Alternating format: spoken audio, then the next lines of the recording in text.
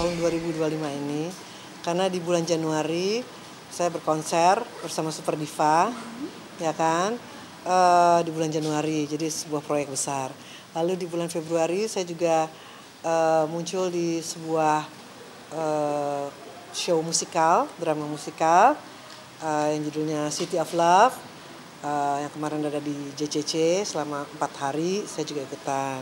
Lalu ini juga adalah buat saya sebuah proyek besar, pencapaian saya juga. Jadi selain konser Super Diva, ikut drama musikal, ini juga sebuah pencapaian besar juga di tahun 2025 ini. Karena saya terlibat dalam sebuah soundtrack film. Terlibat dalam sebuah lagu untuk soundtrack film yang akan tayang bulan Mei atau Juni gitu. Sebuah film musikal juga. Saya sih nggak main di situnya, tapi saya dan Cakra akan menyanyikan soundtracknya. Yang main tuh ada Nicholas Saputra, ada Amanda Rolls, ada Giselle, Widi dan segala macam. Disutradarai oleh Gary Nugroho gitu. Jadi seneng banget tahun ini di sekarang bulan Maret ya. Nanti pun kita akan berangkat ke Praha untuk rekaman orkestrasinya dan juga rekaman lagunya juga. Apakah ada gebrakan pengen film juga atau udah ada tawaran-tawaran gitu kan sih? Enggak, saya nyanyi aja. Terus mungkin bulan Mei saya akan ke Amerika juga untuk melihat Stephanie muncul di festival Head in the Clouds gitu. Sebenarnya mungkin Stephanie sendirinya update dia bermusiknya sekarang udah hampir 5 kali. Dia kayaknya punya jalannya sendiri deh. Jadi maksudnya karena dia sekarang udah berkarir di Amerika, tinggal di LA, jadi dia bikin lagu, nyanyi, semuanya sudah kayaknya udah mempunyai tim sendiri gitu. Jadi kalau dibilang seperti saya, kayaknya dia lebih ini deh. Beda sebenarnya beda genre juga gitu kan. Terus apalagi ya? Ya, dia cukup sibuk juga. Pikirannya gimana? Ketika memang sudah tidak bertukar pikiran karena dia sudah punya, ya paling sekali-sekali aja dia kalau nanya, "Mam, kalau ini gimana, kalau itu gimana?" Cuman udah jarang banget kok, tidak seperti di awal-awal. Ya kan, karena dia sudah tahu mesti ngapain dan sudah ada timnya yang membantu dia gitu. Jadi udah seprofesional itu, emang sudah seprofesional itu, cuman mungkin kayaknya mengikuti maminya di Indonesia udah sama kayaknya ya, punya kebanggaan dia lebih sendiri kan, lebih lah. Tentu dong.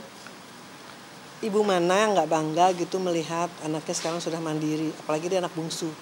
Dia udah nggak anak kecil lagi loh, dia udah umur 25 loh. Sekarang 2025, iya dia kan lahirnya tahun 2000. Jadi dia udah 25 tahun.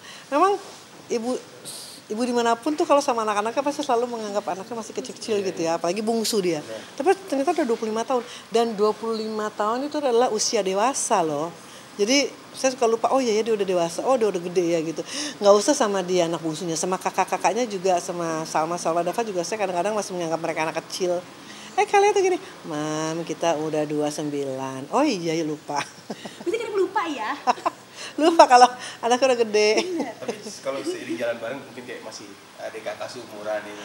Oh khawatirnya gimana sih ini mungkin enggak, sama anak yang muda. Saya bukan tipe ibu yang pengen dianggap sebagai teman oleh anak-anaknya, karena biar bagaimanapun kalau saya sih tetap ingin dianggap sebagai ibu ya. Gitu. Karena kalau teman pasti mereka sudah punya teman yang menjadi tempat curhatnya mereka juga gitu kan. Akan berbeda kalau dia curhat sama temannya dan curhat sama ibunya gitu. Jadi kita harus sudah mengerti itu. Tetap mereka suka cerita, suka apa gitu. Komunikasi tetap juga terjaga, tapi kita tuh sebagai orang tua harus punya mindset bahwa anak-anak tuh udah punya kehidupannya sendiri kalau sudah menginjak usia dewasa. Tapi pasti ada rasa khawatir, Mama, apalagi kemarin seperti pastinya. Oh iya, pas langsung telepon dong, "Meni kamu nggak apa-apa?" gitu. "Oh jauh sih Mam dari apartemen aku, tapi kalau dari rooftop memang kelihatan gitu asapnya gitu, tapi memang anginnya nggak ke arah daerah aku deh gitu, jadi cukup lega. Tapi versi ibu-ibunya begitu tuh apa? Mungkin harus ngecat mulu, nggak boleh lepas setiap hari atau kayak gimana bawelnya? Enggak. Kesian. Kesian mereka punya udah mulai sibuk juga, udah ada pekerjaan. Kalau ada tuntutan dari ibunya harus telepon tiap hari, ya kesian. Kalau saya mau telepon ya telepon aja, nggak usah harus dijadwalin tiap hari. Gitu, jadi lebih enak begitu gitu. Jadi kadang-kadang malah, aku mau telepon, kosong nggak kalian? Kosong nggak? Oke kosong yuk, spontan lebih enak gitu. Tapi ada waktu khusus nggak sih untuk kumpul Video. bareng gitu? Enggak, udah nggak lagi. Karena nggak apa-apa juga. Tadinya kan di bulan puasa, hari pertama puasa ngumpul gitu. Ini 2 tahun belakangan udah enggak, karena kan si Salma Salwadava juga udah di Bali tinggalnya. Kakak-kakaknya Stephanie udah di Bali tinggalnya. Stephanie di Amerika, jadi ya Mami yang sebisa mungkin. Kalau Lebaran ya pada pulang ke rumah. Itu pun kita ya lihat aja, nggak. Saya juga bukan tipe orang tua yang maksa-maksa sih soalnya, nggak tahu kenapa. Enak ya? Iya. Mau jadi anakku? Gitu. Oke, thank you. Ya, makasih.